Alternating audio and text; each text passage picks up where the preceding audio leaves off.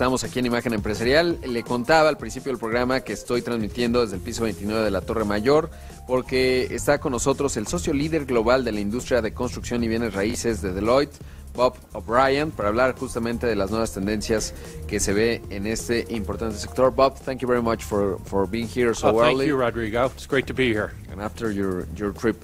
And to begin with, how do you see the landscape, the transformation of the landscape in terms of the real estate business and the new trends that we're seeing around the world? Well, I think we're going to see real estate evolve more in the next 10 years than we've seen it evolve in the last 50. I think there's a number of things driving that. I think smart cities and smart buildings will have a major impact. I think the future of autonomous cars and shared vehicles will also have an impact. There's never been a major change in transportation that has not had a major change in real estate and not made billionaires in real estate. And so I think that as we introduce autonomous cars, shared vehicles, it's going to change where people live, work, and play. And people who are in front of that will make a lot of money. Le pregunto a Brian que cuáles son las nuevas tendencias que está viendo en el sector de los bienes y raíces, y me dice algo muy interesante, que en los próximos 10 años va a cambiar mucho más que lo que ha cambiado en los próximos 50 años por varios asuntos: las ciudades inteligentes, los edificios inteligentes, pero también, por supuesto, esto que le contaba en el resumen, los vehículos que se manejan solos, los vehículos autónomos, porque me dice, no ha habido un cambio no se ha dado un cambio en el transporte sin que esto se refleje en un cambio importante en el sector de los bienes raíces. Bob, where do you see the new trends in terms of the consumption? When we think of autonomous cars, what are we seeing in terms of the using of the space in the sector? Well, it's going to impact a couple of different things. First of all, parking. This building has a parking lot below it. Many buildings have parking lots around it. How will you use parking if people are simply getting dropped off in front of the building? What opportunities does that create? Same with retail centers, shopping centers. They have a lot of parking outside. Is there an opportunity to perhaps redevelop some of that parking? Le pregunto cómo aterrizarían estos cambios y me dice, pues el primero y obvio, los estacionamientos, ¿no? En el edificio en el que hoy estamos, pues hay muchos pisos de estacionamiento. Esto ya no sería necesario si te traen y ya no tienes que estacionar el coche. Lo mismo ocurre en los centros comerciales, que hoy, por ejemplo, en la Ciudad de México o en New York, we see a lot of changes and restrictions in terms of the parking spaces. It's very expensive, or in Tokyo also. So maybe it's going to solve this problem in many cities. Well, in a number of cities already, they're reducing the number of parking spots in residential developments because they realize that people aren't owning as many cars, particularly in the cities where they're taking advantage of Uber or other car riding services. So you're already seeing it start to happen. Y bueno, pues le comento yo a mitad de la traducción que en Tokio, Nueva York, pues cada vez hay más restricciones a los estacionamientos, y me dice que esto sí está ocurriendo en muchas ciudades del mundo, en las zonas residenciales, porque cada vez más esquemas como el de Uber, esquemas de transporte por aplicación van funcionando. Now, there are some other technologies. We're seeing the Bitcoins in terms of, not the Bitcoin itself, but the blockchain technology, which allows to transform any industry who has a lot to do with information. In the terms of the industry, construction industry, how do you see this trend mixing with the? Well, blockchain has some real interesting opportunities for real estate. For example, blockchain, which is really effectively a distributed ledger, is a great technology for real estate titling and deed systems. And some emerging countries have based their titling systems on blockchain technology. In addition, blockchain allows for what is termed smart contracts, contracts that do things automatically, leveraging the technology and the distributed ledgers inherent in blockchain. So what does that mean? Well, that means, for example, a real estate purchase and sale transaction with a financing component could use a smart contract based on blockchain. Le pregunto que hay otras nuevas tendencias como blockchain, entendiendo blockchain como esta tecnología que sostiene, en el caso de la Bitcoin, que es una suerte de libro contable en donde un grupo de computadoras registra información, y me dice, por ejemplo, pues justamente en la escrituración, blockchain puede resultar muy interesante en los títulos de propiedad específicamente, porque finalmente eso permite, ojalá, ¿no? Porque hay todo un debate en México, lo señaló la COFESE en cuanto a los notarios, y bueno, pues la tecnología podría ayudar mucho en eso. Eso lo aquello no lo dijo Bob O'Brien. Por otro lado, también obviamente en los contratos inteligentes de compraventa, pues esto podría ayudar muchísimo. Bob, we're going to go to a commercial, and we come back with more with the new trends in terms of the technology. Son las 6 de la mañana con 41 minutos. Vamos a hacer un corte. Regresamos con más aquí en Imagen Empresarial. Estoy transmitiendo esta mañana desde el piso 29 de la Torre Mayor. Estoy con Bob O'Brien, el socio líder global de la industria de construcción y bienes raíces en Deloitte. La Ciudad de México, que está creciendo muchísimo, hay por lo menos 3 megaedificios, y por eso es más interesante aún hablar con Bob O'Brien, el socio líder global de la industria de construcción y bienes raíces de Deloitte. Bob, when we speak about smart buildings and smart cities, what is your definition about this? Because there is a lot of confusion sometimes in what is smart in terms of the buildings and cities. And it's not well defined, Rodrigo. Yeah. That's fair to say. When I think of smart buildings, I think of buildings that are very efficient, right? So the systems run more efficiently than, say, legacy building systems, whether it's heating and ventilation or elevator systems, security and life safety systems. That's one component. I think another component is their ability to personalize the experience for the tenant of the property. And the goal there is to establish tenant retention, right, to keep your tenants, to become more appealing to other tenants.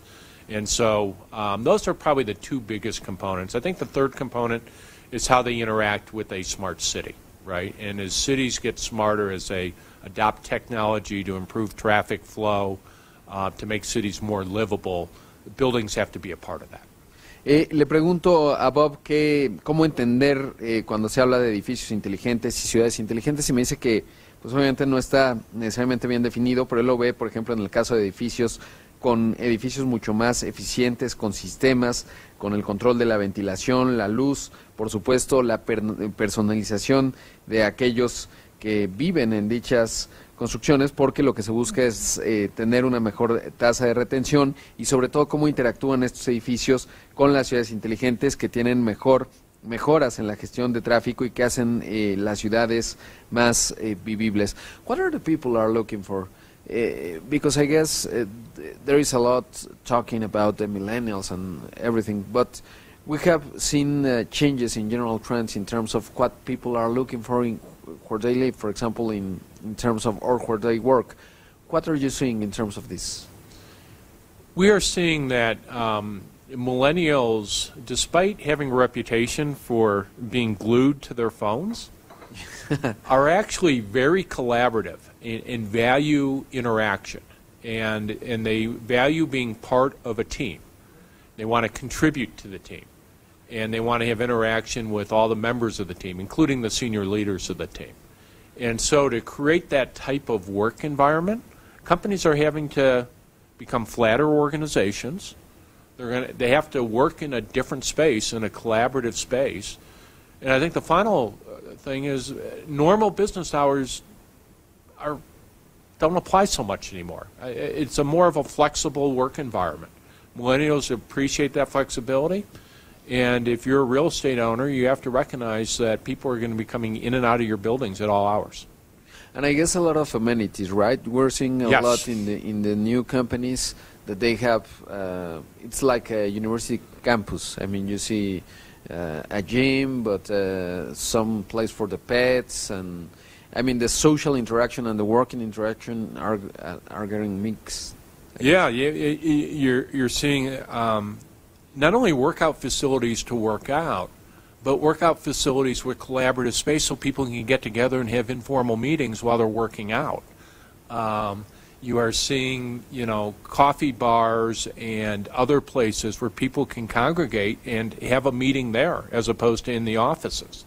The other thing you're finding is that, indeed, services to help people accomplish things during their day while they're working, whether it's a place to pick up and drop off dry cleaning or an opportunity to pick up food on the way home. All those sorts of things you're beginning to see in workspaces. Le pregunto a Bob O'Brien, socio líder global de la industria de construcción y bienes raíces en Deloitte, que qué se está viendo en términos de las nuevas tendencias, por ejemplo, en cuanto a los millennials, y me dice que, a diferencia de lo que pensamos con los millennials pegados al teléfono, pues más bien buscan colaboración, buscan formar parte de un equipo, buscan organizaciones mucho más planas en donde tienen acceso a las estructuras de liderazgo. Los horarios son mucho más flexibles, los horarios de trabajo ya no son las típicas horas de oficina de 9 a 5, 9 a 6, sino más amplias. Y por supuesto agregaba yo que vemos además en las nuevas empresas que hay cada vez más instalaciones distintas, por ejemplo para hacer ejercicio, etcétera. Y me dice Bob que pues sí, justo incluso no solo para hacer ejercicio, sino para tener juntas o cafeterías o distintos servicios, por ejemplo, para recoger la comida y llevarla a casa, o distintos servicios. Yo agregaría, ahora que he tenido la oportunidad de viajar a distintos lugares, por ejemplo, en Samsung, in Seoul, they have a huge facility and people live there practically. I mean, it's a city on itself, the whole idea, and I have been in Mountain View, in Google, and it's pretty much the same. I mean, you don't want to go outside to your home or something because you have everything in the headquarters. In the Silicon Valley, it's interesting when you've seen what Google and Facebook and Apple have done with these huge campuses. Well, then imagine how a startup competes for talent in that type of environment. So these startups are trying to create a smaller version of what you might see at Google or Facebook. Sí, le comento a Bob que, por ejemplo, en Samsung, en Seúl, pues es una ciudad en sí misma, tienen ahí prácticamente todo, y me dice, o en Google, ¿no?, que he tenido la oportunidad de estar ahí, me dice que sí, pues es interesante cómo las nuevas empresas, las startups, están buscando competir por este pool de talento y replican lo mismo en una escala obviamente mucho más pequeña. Now, what are you seeing in terms of emerging markets? Because we are seeing, like the Mexico City is a huge city, yes. and the remote working or the new conditions instead of coming to the office because it can take you 2 hours sometimes. What is happening with that part? Because that is also going to change the whole idea of the working space, for example. We're seeing a couple of things, Rodrigo. As you mentioned, we're seeing massive urbanization in emerging markets. And that's creating issues of accessibility within the cities, right? And that's one of the reasons we're finding that emerging markets are most open to some of the smart city concepts to try to make their cities more livable and accessible and allow people to get to work. We are seeing companies within emerging markets adopt the workplace flexibility to allow people to work from home when it makes sense and leverage the technology that allows them to do that. But people still want to get together. They still want to find ways to bring people together and have them interact as part of their teams. And so it can be challenging. Good public transit system helps overcome that. We don't see that going away in a world of autonomous vehicles. There will still continue to be great public transit. It is really key to allowing people to, again, get together and live, work, and play, and not be holed away in their home. Por supuesto, le pregunto a Bob pues qué se ve en los mercados emergentes y sobre todo pues con ciudades cada vez más grandes en donde nos cuesta tanto trabajo transportarnos, a veces 2 horas para llegar a la oficina, y me dice que, bueno, pues sí, varios asuntos. Por un lado, vemos que son urbanizaciones masivas, que se necesita obviamente tener accesibilidad, flexibilidad en el trabajo, pero que seguimos buscando estar juntos, las personas seguimos buscando reunirnos. Y por otro lado, el transporte público, a pesar de la tendencia de los vehículos autónomos, seguirá siendo un componente muy importante. Menciona Bob que será retador, pero que bueno, pues se tiene que ir resolviendo. I have the opportunity to travel this year a lot in many countries, and the traffic jams are universal. I mean, I have not been in a city where you can move kind of easy, or at least Seoul, Tokyo, I mean many cities, and I guess that's one of the biggest challenges of the 21st century landscape. It really is, Rodrigo, and it's funny. You know, 100 years ago, before there were cars, there was transportation-oriented development. People built villages along train rides or train lines where they can get access to the city. You're now seeing a reemergence of transportation-oriented development. When you see a train station near public transit, you'll see apartment buildings being developed around it. People now want to live close to public transportation. Sí, le comento a Bob que pues es universal el tráfico por todas las ciudades del mundo. Me dice que está ocurriendo algo interesante porque en el siglo XIX, en términos de camiones, veíamos que las ciudades se desarrollaban vinculadas al transporte, y ahora lo estamos viendo nuevamente en donde una estación de metro pues genera departamentos alrededor, y esa es una de las tendencias que estamos observando. Bob, thank you very much for being with me this morning and for allowing us to transmit from here. Thank you. Thank you, Rodrigo. Great to speak to your listeners. Thank you. Ahí escuchamos a Bob O'Brien, socio líder global de la industria de construcción y bienes raíces de Deloitte.